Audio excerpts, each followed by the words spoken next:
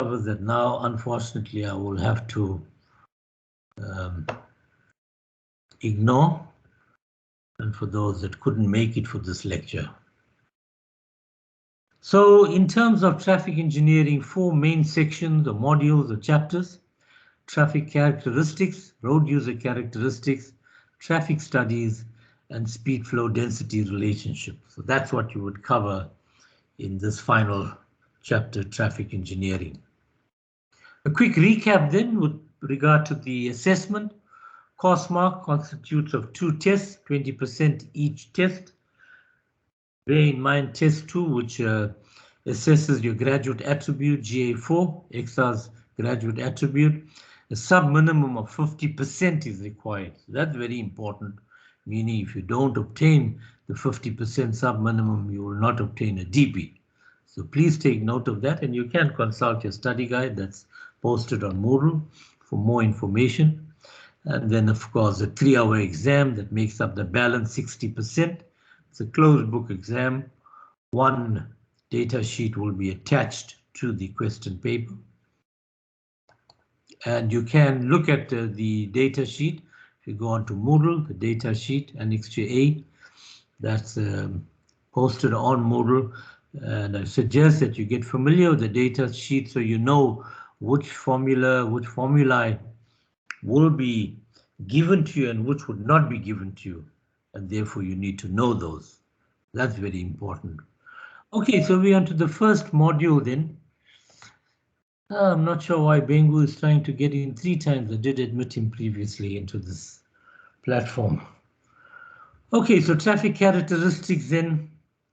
First module under traffic engineering and some introductory information, introduction on traffic engineering. And you can see from the basic definition, traffic engineering is simply a science. Yes, it's a science of what? Of facilitating and regulating the flow of traffic. That's very simply what traffic engineering is all about. And you know that any traffic engineer's objective or aim is to try and improve capacity on your road. Capacity, we know, is the maximum number of vehicles passing a point given time. Very often that given time is per hour. So the whole idea here then is to try and achieve maximum capacity, try and resolve conflicts on your road. And you know, when it comes to intersections, those are your typical traffic inhibitors, reduce your capacities at intersections. So as much as you want to achieve maximum capacity, when it comes to intersections, we do have reduction in capacity at intersections. And it also depends on the type of intersection. Like here you have an intersection, 2-lane roads intersecting both directions, no control, so it's free for all at the intersection. And you can see one could achieve in the range of around 800 cars per hour. But if you had to make that intersection maybe in one direction, introduce a stop sign or a yield sign, you can see how your capacity has went up from 800 to 1200 cars per hour. And then further, if you had to then signalize that intersection, you can see how much higher your capacity has gone up to. Okay, and of course, it's based on the assumption that the flow in both directions are more or less balanced, more or less the same amount of volume of traffic approaching your intersection in both directions, both approaches. So yes, at intersections, then we have to deal with conflicts. And again, it brings me to the tutorial that I gave you, the 3 intersections. First intersection, 2-way traffic. Second intersection, one approach made 1-way traffic. And the third intersection, both approaches 1-way traffic. And if you did that exercise and plotted your points of conflict, you would have seen how your points of conflict are drastically reduced from intersection 1 to intersection 2 and further reduced to intersection 3. So I trust you all did that little exercise that I gave you. So when it comes to capacity as well, you can see when it comes to traffic characteristics, one needs to consider the traffic volume, one needs to consider the traffic volume growth. Traffic composition, very important.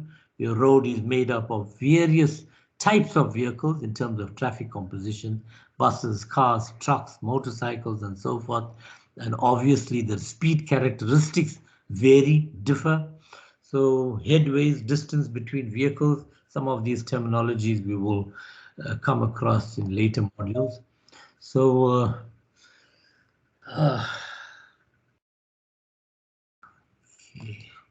it's becoming a bit of a painful exercise to try and cross-check with the attendance register before admitting someone to the lecture. The whole idea here is to try and prevent chaos. I know some staff did have major chaos yesterday during lectures. So their lectures were hijacked. So I'm trying to be a little on the safer side. So one of the primary ways of obtaining data that could assist you in your traffic planning, whether there's a warrant for an upgrade of a facility, a road, or whether there's, for example, a warrant for a complete new road. And one of the ways one could get information or data is via traffic volume. So it's certainly of use to any traffic engineer. Trying to upgrade a road or design a facility with no data can be quite serious, critical. That road could be open to traffic and the very first day it could be running at capacity, system failure.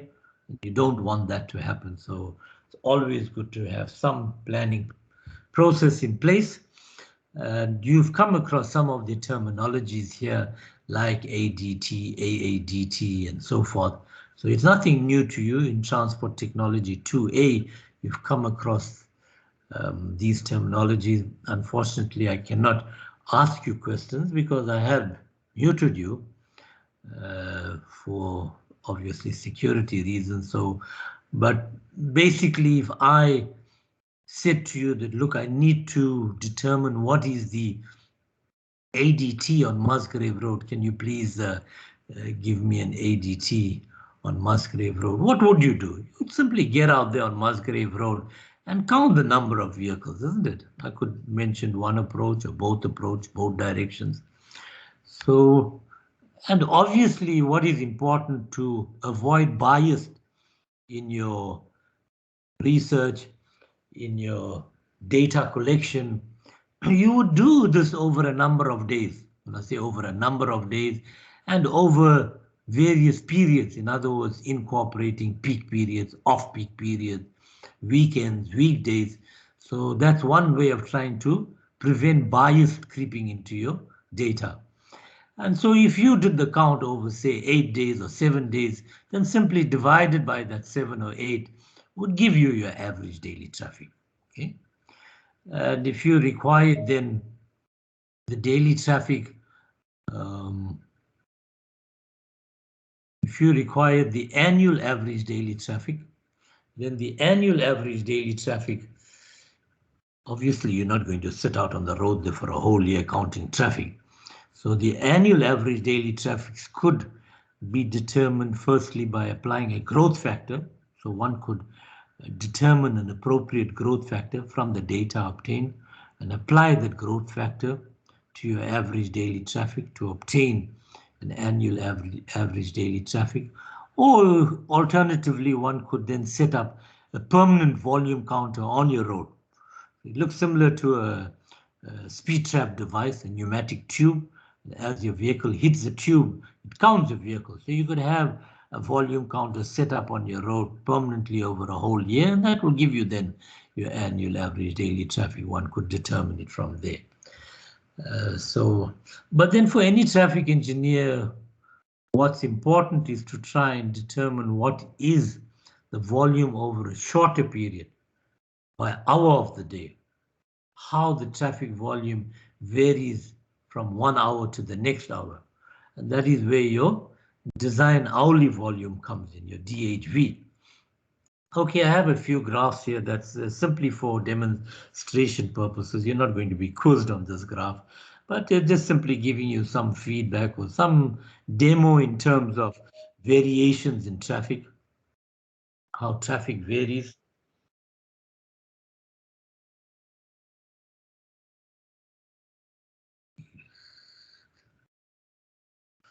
Okay, unfortunately, I will have to stop now accepting more into the classroom. It's really distracting the classroom. We are now gone at after 10:30, so no one should be trying to get into the class so late. Yeah, so I was saying this is purely for demonstration purposes. We're not going to be quizzed on any of these graphs, but simply giving you some seasonal and monthly variations in traffic. These were data collected overseas. So you can see it pertains to overseas conditions. Their vacation is around July, so therefore you can see on your recreational routes how high traffic you're looking at in that month around July, August. This one simply gives you traffic over the weekday, over the weekends, and you can see from there again your average weekday traffic. Over the weekends again, you can see over the weekends how it is much higher during the festive period. Their summer holidays is around June, July.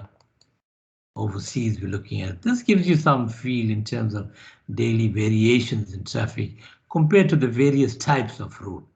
So if you had an urban freeway or you had a main road or a recreational access road, you can see the variations in your daily traffic. And then we spoke about hourly variations and how typically when you can make reference to the figure 1.3 that's referred to in your notes.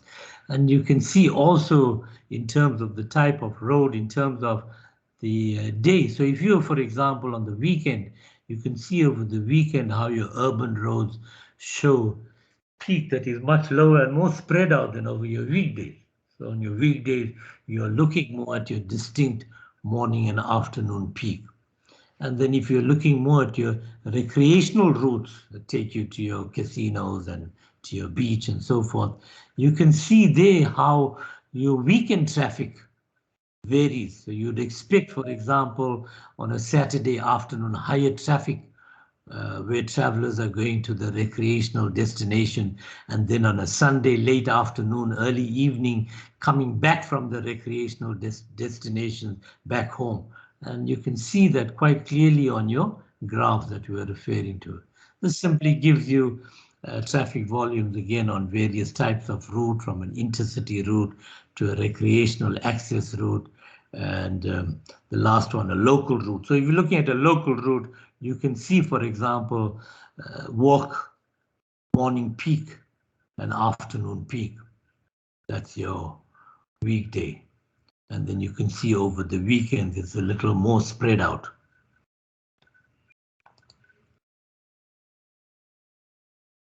Vada, I did accept him.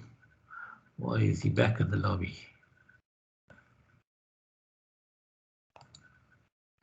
Kuno, I know. Kelly, I know. Okay, those I know. All right, let's move on then. We're then looking at the relationship between ADT and peak hour volumes.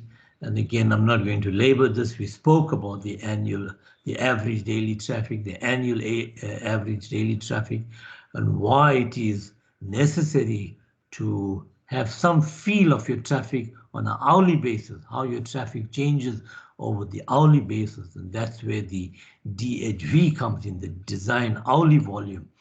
So for design purposes, then your design hourly volume is normally selected as the 30th highest hourly volume, okay, for design purposes. One must be a little careful about this selection of 30th highest hourly volume. It may not be that appropriate if you're designing some recreational route, so you need to take factors like that into account. Then you will see there's also mention of a K factor, how one could apply this K factor. And the K factor is simply determined from the design hourly volume. So it's simply the ratio of the design hourly volume and the average daily traffic that gives you. And don't confuse this K factor to the K factor you used in geometric design. So in 2A, in geometric design, you did from tables use a K factor, and the purpose of that K factor was to determine the length of your vertical curve. You all know from the basic formula K is equal to L times A, or the length of your curve is equal to K times A. You know, from there you can determine, once you know the design speed, you can determine the K factor from your table. From your G1 and G2, you could determine the algebraic difference in your grade. So you can determine from there what is the minimum length of vertical curve that will satisfy stopping side distance on that curve. And it's more critical when it comes to crest curves, any obstacle or object sitting on the crest. You'll be able to see that object before striking that object. And obviously it's based on design speed. So that's a separate K factor. And here you can see when it comes to the K factor, the K value, one should take note of certain characteristics of the K value. And for example, the value of K decreases as your average daily traffic increases. K value decreases as development increases.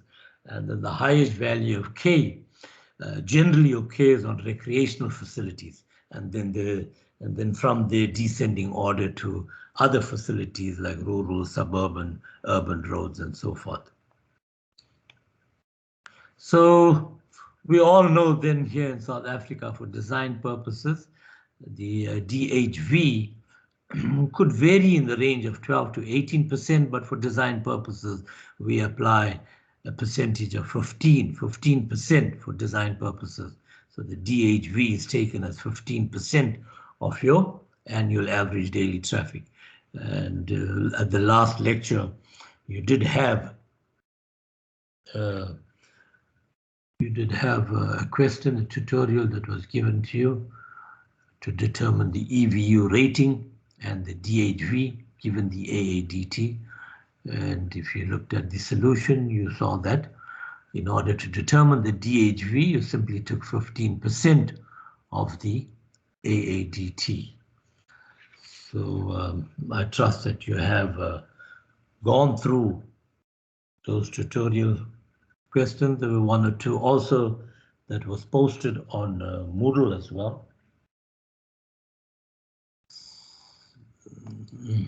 I'm trying to multitask, making life a little difficult, but the show must go on. So yeah, that's a bit of information then pertaining to DHV. With regard to traffic volume growth, yes, you would expect on most of your highways the traffic volume to grow over the years.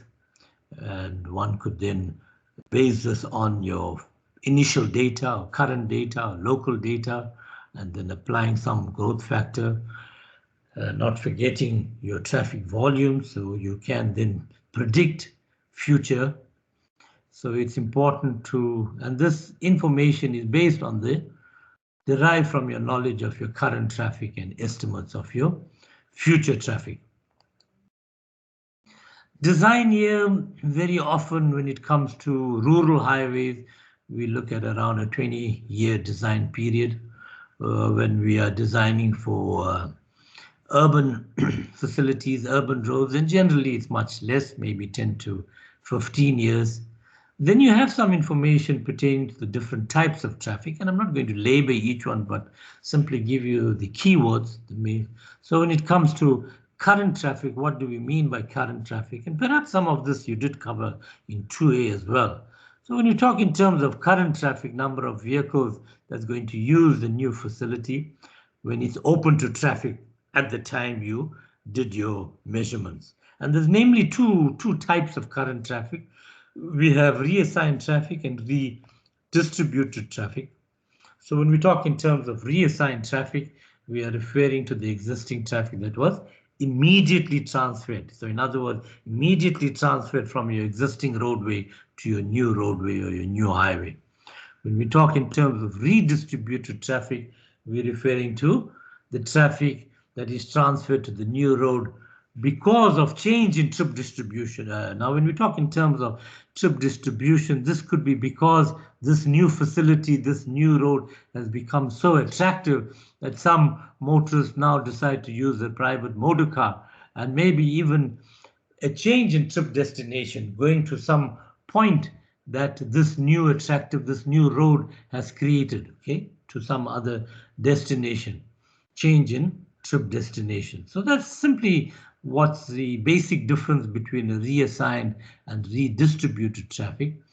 And then again, some information here, how one could get data in terms of origin destination. So you covered again this information in 2A, the OD surveys. That's your origin destination survey.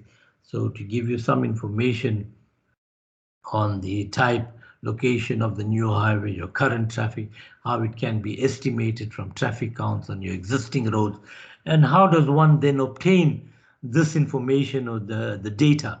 So you looked at various methods of OD surveys, and I'm not going to labor it. You looked at methods like roadside interview method, home interview method, postcard survey methods. So there's various methods that you looked at, and and if you go into your 2A notes, and nothing stopping the examiner quizzing you on the basic principles of some of these OD survey methods. So you need to go back to the drawing board and look at your 2A notes and look at these OD survey methods that you covered. Like, for example, the roadside interview method, simple procedure, how you go about arranging the roadside interview. So there's proper planning involved, proper advertisement, where you need to inform the residents in that survey area, that survey zone, that there's a roadside interview survey that's going to be conducted. You need their correspondence, you need them to communicate, and at the end of the day, it will be to their benefit. So you prevent then motorists taking side routes and trying to avoid the zone where you are conducting the roadside interview survey. So proper planning, proper advertisement, safety is very important. How do you conduct a roadside interview? You don't simply go onto the road and try and flag a motorist down. Motorists might think that you're trying to hijack him or her and mow you down. So there's proper planning. You have only a proper traffic officer can then flag motorists off the road. And then how you go about conducting the interview. Do you stop every vehicle? Do you stop 50% of the vehicles in the hour? Do you stop a vehicle and then once done with the interview, stop the very next vehicle, irrespective whether the next vehicle is a car, motorcycle, bus, or truck? So what I'm saying here is that one needs to have a proper sampling procedure technique. Same applies to postcard survey methods. The postcard survey method is a much more simpler method, where you simply put all your questions onto a postcard and send it out to all the residents in that area to complete and send back to you. So if self-addressed, so you don't want any cost implications on the respondent, so you pay the cost for sending it back to you, and you hopefully expect the residents to complete the postcard and send it back to you. So all the relevant questions will be on the postcard, like your origin, your destination, your time of travel, how many occupants travel with you, and you can get other demographic data as well, name, age, etc., etc. So there's a lot of information that you can gather from there to give you some feel as to where the motorists are coming from, where the destinations are, and so forth. So, but one of the drawbacks, so if you go through each OD survey method, you will see each method has its advantage and disadvantage. So when it comes to the roadside interview survey, obviously data obtained is much more accurate, and you can obtain very reliable data. With the postcard method, it's a much more simpler method, so that's its plus factor. But in terms of the response rate, research or stats have shown that not many people tend to complete the postcard and send it back. If you get 10% response rate, that's good. So that's one of the disadvantages or drawback. And then also another disadvantage could be the bias factor, the type of respondents that fill these postcards and send it back to you. So very often it could be those that are in an office environment, air-conditioned office, that fill in these postcards and send them back to you. Whilst, for example, a mechanic in his workshop may use the postcard to wipe the oil of the sump of the vehicle. So these are points that one needs to take into account. Home interview methods, similar to your Stats, you know, Stats South Africa, they're busy with the survey right now. But the only difference with this home interview survey is that you don't interview every householder. You collect a sample. So you, in the survey area, survey zone, you will work out a sample, maybe 15% of the total population in that survey area or survey zone. How you're going to achieve or obtain that 15%, you'll have to be quite thorough about that as well to avoid bias creeping into your survey. So if you select, so each road, if you select householder 5 and 13 to be interviewed, so then make sure that throughout you will be interviewing householder 5 and 13. Don't go to house number 13, you find a bulldog and say, okay, I'll skip this one.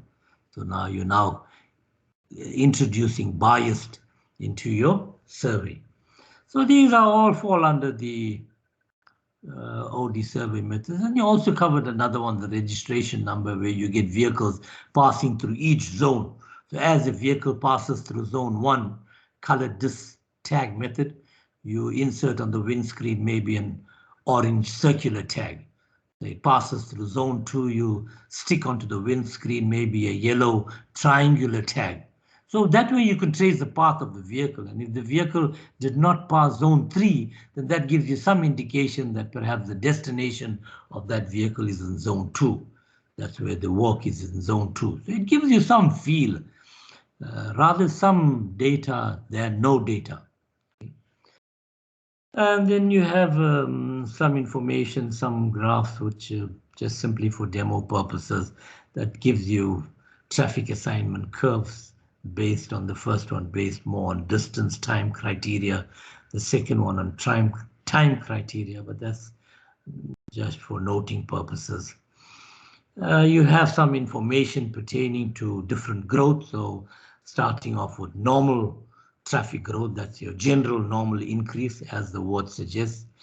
And one would expect your traffic growth to increase based on car ownership, car usage. So certainly increase in motor vehicle ownership is expected. And with that, one would then expect a growth in motor vehicle usage, which will have an impact then on your traffic growth. These terminologies, again, we looked at current traffic, generated traffic. These you should have covered in 2A again, but a quick recap of that. Generated traffic basically comprises of 3 constituent or components. You have induced, converted, and development traffic. And you can see the key word pertaining to those types of traffic that's highlighted. So we talk in terms of induced traffic, that results entirely from the introduction of this new road or this new improved facility. When we talk in terms of converted traffic, that results due to a change in the mode or method of travel. So when I say change in the usual method of travel, so it could be someone using a bus now uses a private motor car, or maybe get onto a lift club, and then in a passenger car. So that falls under the converted traffic. When we talk in terms of development traffic, as the word suggests, that could be due to some improvement in the land adjacent to the new highway or the new road. So maybe a big mall came about, or a big casino came about along that new highway and new road, and that traffic then that is now impacted on that road is what we refer to as the development traffic. Okay, so very simple in terms, and this graph simply gives you your current traffic, your generated traffic, and the normal traffic growth that we spoke about. This is shown in a graph format. Traffic prediction, two types of situation. You could have short-term and future planning, and again, as suggested, short-term, future planning, one needs to look at all the data that's collected in terms of the assignment of your trips, any changes in your network. So these are just simply giving you some information on design aspects when it comes to traffic prediction. So how does one apply these growth factors? And you do have various tables that gives you simple factors. So you have these growth tables. The one that I'm demonstrating or showing you here is UK based. So obviously these factors that we have here may not be totally applicable to South African conditions, but why I use this more for demonstration purposes, and the fact that some research and data analysis and data collection was done by this UK-based company. So in terms of showing you how one can use these growth tables, it's best to look at an example. So looking at a practical situation, then if you had traffic on a particular route in 1982 and the traffic was 450 vehicles per hour in 1982, and you wanted to get some estimate of what the traffic then would be in 1998, then in 1998 it would be, so you go back in 1992. So in 1992, it was 194. Let's go back to the question. The question said in 1982 and in 1998. So 1982 was 245, 1998 was 318. So there's your ratio, 318 over 245. That 245 should have been there under 318. That figure just moved off alignment there. So there's your ratio multiplied by the traffic in 1982, which was 450. And you can see that gives you a traffic of 584 vehicles per hour. So you can see then in 1982, you had 450 vehicles per hour. And using the appropriate growth factor in 1998, that traffic increased from 450 to 584 vehicles per hour. That's just simple how one could use these tables. But like you can see the note given there at the bottom, one must take care when using these growth tables for South Africa. Obviously, it would be best to do similar sort of research here in South Africa and come up and derive our own factors for local conditions.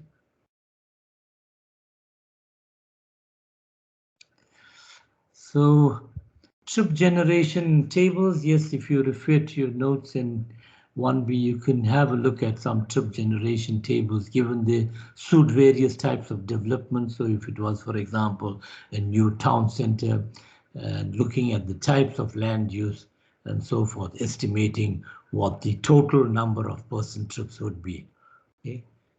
So, and as I said, you can simply make reference to the table.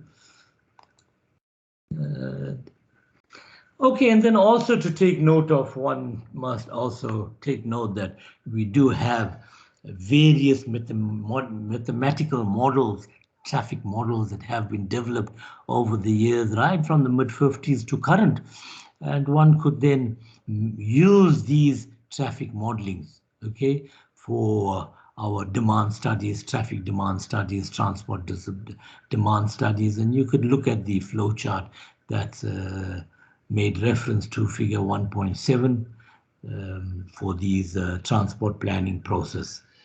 Traffic composition, this again is an overlap a bit with the 2A, where we spoke about different vehicles having different operating characteristics and other factors as well. For example, if you take your passenger car, your light trucks, your vans, your single unit truck, your truck with your trailer, your buses and so forth, they all operate on your highway, and each vehicle type has its own unique size, weight, operational characteristics. We spoke about a truck, maybe with a trailer at a T intersection, how the rear wheel may encroach onto the oncoming lane. So the proper use of these intersection templates to plot out the tracking curve of the rear wheel. And you can see in brackets a reference to example. At the last lecture we did, I did give you a tutorial example on determination of EVU rating and DHV. So that's where your EVU rating comes about. And you all know you have to make reference to that table, the table that gave you your EVU factors, whether it was for a 2-lane road or multi-lane road, and also gave you your EVU factors depending on the terrain, whether it was a level road, or undulating terrain, a mountainous terrain. So you're all familiar how to do a calculation. And like I said, there's nothing stopping the examiner giving you a 2-3 mark question just to see you still remember your previous work. So, and that is why I did say at a previous lecture, it's important that you go back to your 2A notes and do some revision on traffic engineering. And the same will apply at 3B. So when you register for 3B next semester, 3B takes geometric design to the next level. So again, you need to go back and look at your geometric design that you did in 2A in terms of horizontal alignment, your horizontal curves, your side distance, in terms of vertical alignment, your vertical grades, your vertical curve design, design of a crest curve, design of a sag curve, and so forth. So you need to go and how does one determine the maximum super elevation? How does one determine or calculate the radius, ideal radius or minimum radius based on maximum super or minimum E, the super elevation value? So a lot of that information you've covered at 2A. So quick recap will help you when we get on to 3A, the geometric design section. So yes, traffic, and there you have a typical tutorial. I'm not quite sure whether this tutorial is the same as the one I gave you previously. If not, then I suggest you work through this tutorial. It's highly possible that this tutorial was posted on Moodle. But again, like I said previously, work through the tutorial yourself first before looking at the answers. So part of your exercise, and if you haven't done this tutorial, at the end of this lecture, towards the end of this lecture, we may finish a little earlier so you can then tackle this tutorial, work through it, and then compare your answers. So you can see then when we talk in terms of vehicle type and dimension, how they have an impact on your road, the various types of vehicles. You can see the various vehicles listed, classified. And there's also mention here of the turning radii, and I spoke about a truck even approaching a sharp curve. The rear wheel then encroaches onto the oncoming lane. And one of the ways one can address that at your curve, your horizontal curve, is to apply curve widening, pavement width, widening your pavement width at the curve to account, to allow for the encroachment onto the oncoming lane.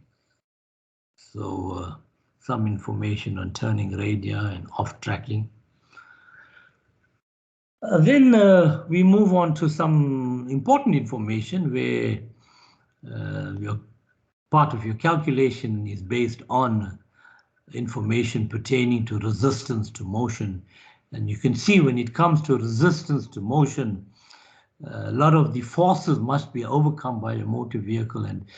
And what are some of the elements that one needs to take into account to overcome these forces? And you can see the elements that we're referring to are like your rolling resistance, your vehicle on your surface, whether it's hard surface, whether it's a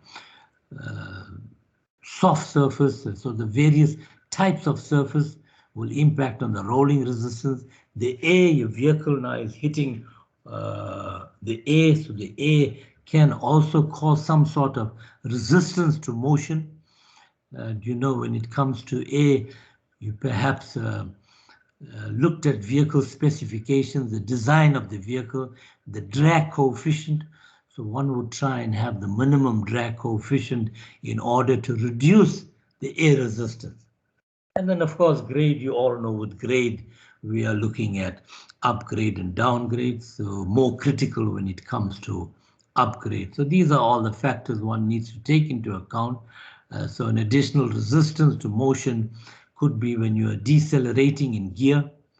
So that is generally provided by your engine compression forces. One could calculate the power unit for power, kilowatts. So the power developed by an engine. So there's various ways one can measure the power developed by an engine. And for traffic engineering purposes, you can see the most appropriate method was the DIN method of measurement.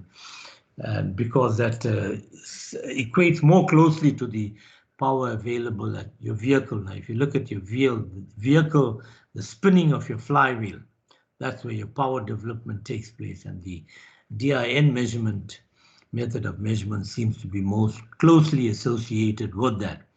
But we will look at that more in detail when we look at an example. At the next lecture, we will look at an example. Then the other factor one needs to take into account is the mass of the vehicle, and the unit for that is in kilograms. So, you perhaps did pavement design, and in pavement design, you based your calculation on the E80 value. E80 value is the 80 kilonewton force based on the one axle of the vehicle. So for design purposes, it's approximately 80 kilonewton. And you could have certain other vehicles that obviously exert higher axle loading. And so for design purposes, we base it on a maximum of 240 kilogram per cubic meter. That's your mass power ratio. And again, as I said, when we look at a calculation, we will see how we then use the 240 kg mass in the calculation. Right? So the first one we spoke about was the rolling resistance, and you can see from here that the rolling resistance is caused by your tire flexure, the impact between your tire and the road, the deformation of your road pavement itself. So certainly in practice, it will vary depending on the road surface type, the vehicle speed, and the vehicle mass. So those are all factors we will take into account when it comes to the road surface, depending whether you're looking at a concrete road, and you can see all the way down from a concrete road to an asphalt road, all the way down to a soft wet gravel. You can see how your factors increase. And then also we need to take consideration of the surface, whether it's a hard surface, whether it's a soft surface. Vehicle speed, with vehicle speed, you have a typical formula there that's given. That's based on the coefficient of rolling resistance. That's your coefficient of rolling resistance and the speed of the vehicle. So you can make a note of that formula. So the important formulas that will apply to the calculations, you can highlight or make a note of it, jot down the formula. So this one relates to the rolling resistance, which we call RR. It's given by this formula. The rolling resistance is given by, we just calculated the coefficient of rolling resistance, FR. There's FR in the formula, multiplied by your mass, multiplied, that's your vehicle mass, multiplied by your G, which is your gravitational acceleration, constant. Okay, so don't worry too much about that formula. As I said, I will highlight the formulas that you should take note of. Certainly taking note of these formulas. So if one needs to determine the effect of air resistance, that's in the pathway of your vehicle. So that's also equated to a force, your air resistance. And from there you can see your air resistance is based on this formula, 0.5 CD rho A times V squared. And we look at a formula sheet just now, but very briefly, that CD is what I was referring to as the drag coefficient. Rho is the density of your A. A is the frontal area, cross-sectional area of your vehicle, and V, of course, is your speed. And you can see typical values of your CD. But these values obviously will have to be given in a question for you to determine, for you to calculate the air resistance. And then coming down to resistance due to grade resistance. And again, you can see grade resistance. You can highlight the formula. Again, based on the mass of your vehicle, gravitational acceleration, and the speed of the vehicle. So in summary, then your total resistance Rm is simply the summation of those three resistances that I spoke about a short while ago. Your rolling resistance, your air resistance, and your grade resistance. Okay, so that is important to note for the calculation purposes. And you have a few formulas here pertaining to power, but we will highlight the power equation when we look at the calculation. So there's a typical calculation or typical formula pertaining to resistance to motion. So the first one we looked at was the rolling resistance. You have the formula for rolling resistance, which you can highlight. We all know that the coefficient of rolling resistance is given by this formula, 0.01 into 1 plus V over 45. Note your units, very important, V in meters per second. Your mass in the formula is in kilograms, and of course your constant acceleration due to gravity, gravitational acceleration, 9.81 meters per second. So one could use then this formula to determine the rolling resistance. If information was not given to you to use the formula, then alternatively one could express the rolling resistance in kilogram per tons, and typical value is 20 kilograms per ton. So the examiner may give you, for example, 20 kilogram per ton, and 20 kilogram per ton M. One could then convert that to newtons, and you can see the conversion here. 20 kilogram per ton in kilograms multiplied by 1.4. That's your 1400 kgs, is 1.4 tons, multiplied by G, 9.81 meters per second.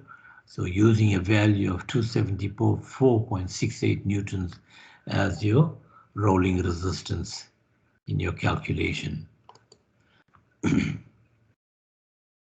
So I think we skipped a slide there. Yes, we did. So when it comes to air resistance, again, you can refer to your notes. We did say air resistance is given by the formula 0.5 CD rho AV squared, and I did tell you what those symbols mean. So RA is your total air resistance in newtons. So note all your final answers should come out in newtons, like we did there, like we did for your rolling resistance, final answer in newtons. Similarly, for your grade resistance and your air resistance in newtons, CD, I said, was your drag coefficient, rho was your density of A was the frontal cross-sectional area of your vehicle in meters squared, and then V, your design speed in meters per second. So very important that you take note of these units.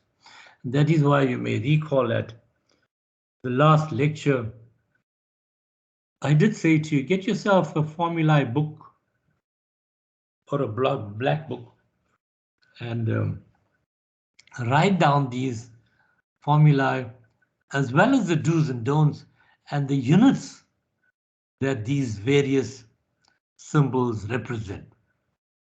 like your rho should be in kilogram per cubic meter, your V in meters per second. It's very important. Why I'm saying this is that in the past, in tests and in the final exam, many students got the problem incorrect because, for example, they used V in kilometers per hour. Okay, and you're not going to get the problem correct. So these units are very important. These formula, these equations were based on these units. So by using the correct units, obviously you will get the correct resistance. And then finally, looking at the grade resistance, which is MGI. So if you're using MGI, you can see if you could use your grade as a percent, then you would have to divide by 100. But if you simply used your grade as a ratio in I, then you don't have to do that, your percent over 100. So you got your mass, which vehicle mass, which is in kgs. You got your grade G, which is, as I said, as a ratio. Sorry, your G is your gravitational acceleration. 9.81 meters per second squared. Your M is the mass of your vehicle in kgs, and then of course your road gradient as a ratio. So applying these formulas and then summing those up, your rolling resistance, your grade resistance, your air resistance, and your grade resistance gives you your total resistance in Newton. Okay, so you could get a typical question based on that. And like I said, the balance of this lecture is what you are then going to utilize to do that tutorial or to complete that table. And that's a table that I am referring to that you're going to utilize the balance of these lectures to work on. So I'm going to give you about 5 minutes to make a quick note of this table, copy down this table. So this is what you're going to work on for the balance of the lectures. So take about 5 minutes to copy down the table. So you're going to copy down the CD value, that's your drag coefficient value, your frontal cross-sectional area of your vehicle, 2.5 square meters, the density of A, rho, 1.24 kilogram per cubic meter. So note these values. Your mass of your vehicle, 1400 kgs. Your grade was given as a percent, so take note. And you are now required to complete this table. So for the various speeds, so remember speeds can vary. If you go back to your formula, you will see V there, your speed. So you will substitute the correct V, converting it to meters per second. So in this table that you're going to complete, you're going to do it for 60 kilometers per hour, then for 80 kilometers per hour, then for 100 kilometers per hour, and then finally for 120 kilometers per hour. So you're going to use the formula for rolling resistance, apply the values given to you, convert your speed to meters per second, see what answer you get. The answer should be in Newton. So do exactly that for the various speeds for your rolling resistance. Do the same for your grade resistance now. Refer to your notes, go back, look at the grade resistance formula.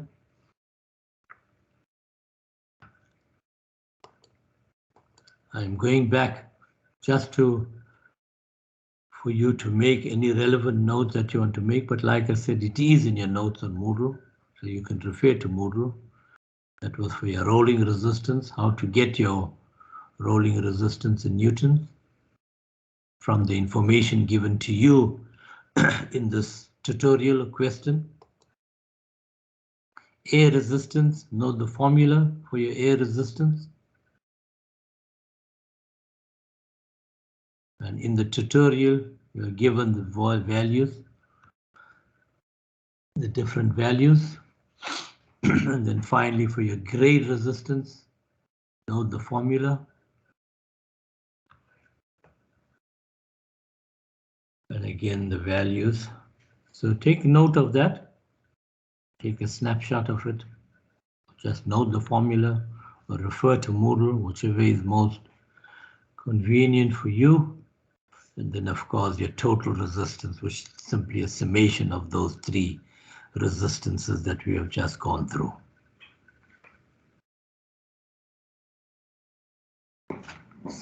So we get back then to the question that you're going to be handling now. So you should have made note of those values for your drag coefficient, your frontal area, cross-sectional area, your density of A, your mass of your vehicle, and your grade. And do a quick rough table like this.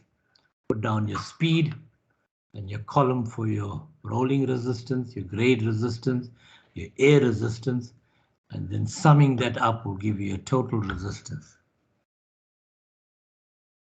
And then I do have a final column for power, which you need to now go and work out. Check on your modal notes, check on what I've given you for power. How does one calculate power? And you work out then the power in kilowatts. Power in kilowatts for the various speeds, 60, 80, 120 kilometers per hour. And then finally, the final addition to the tutorial, you were told that if the power available at a given speed, so in other words, if you were given the power at a given speed, and in this example, the examiner used 80 kilometers per hour speed. So at 80 kilometers per hour speed, if you were given the power, which obviously you will need to calculate that. But in this example now, the examiner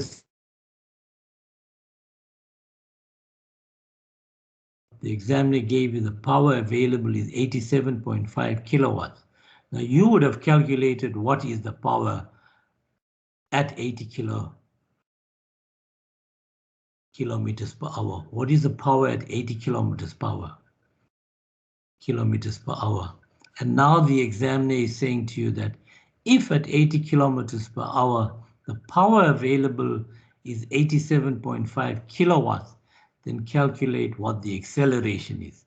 And yeah, the examiner made life easy for you by telling you that your power is simply a force times your speed. So there you already have the final column completed. So to give you a brief hint then, you can work out what is the power at 80 kilometers per hour. Now the examiner is telling you that the power available at 80 kilometers per hour is 87.5 kilometers per hour. So you can look at that value and look at that value.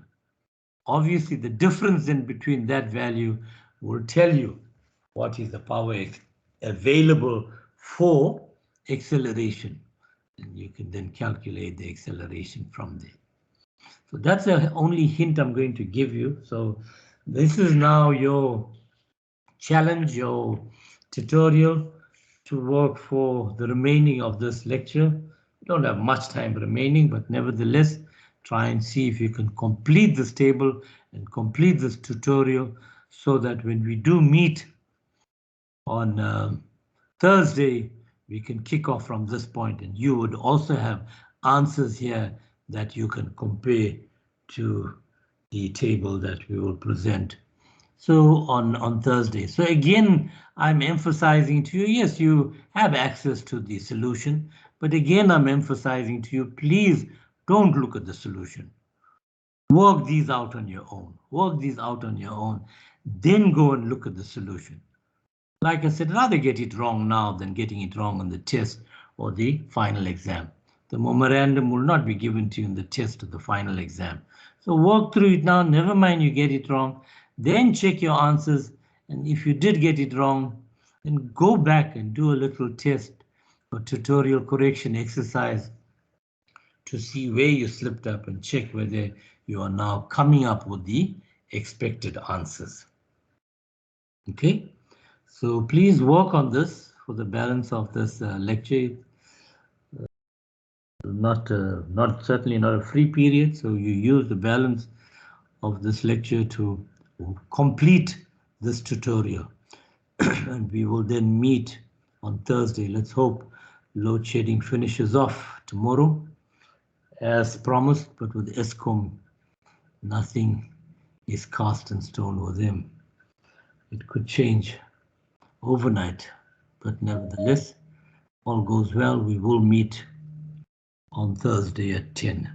Please, as I said to you, try and log on a little earlier. You can see we had total trouble-free presentation because of the safety factors that was put in place. And therefore, if you can get onto the system a little earlier so that I can do a cross-check with the attendance register and allow you onto the presentation platform before we commence at 10. It was a bit challenging today where some of you were trying to get onto the lecture half an hour after the lecture had commenced, which I think is unacceptable. And therefore, it was very difficult for me to add you onto the lecture at such a late time and then try and focus on the lecture as well. Okay, thank you for attending, and we will then meet on Thursday.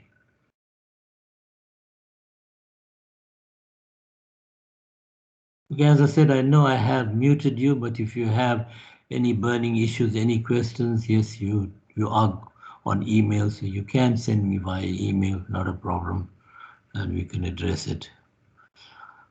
Thank you. See you on Thursday then.